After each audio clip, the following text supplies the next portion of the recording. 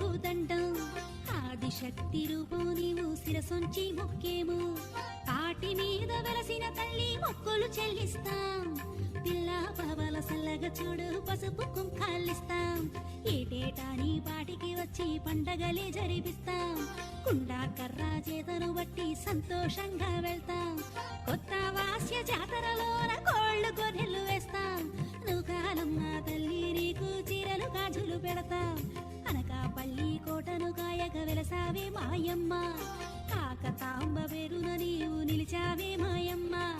అనకాపల్లి రాజు తల్లి కట్టించేను గుడిని కులదైవంగా కొలిచేనమ్మా నిన్నే నమ్మి మదిని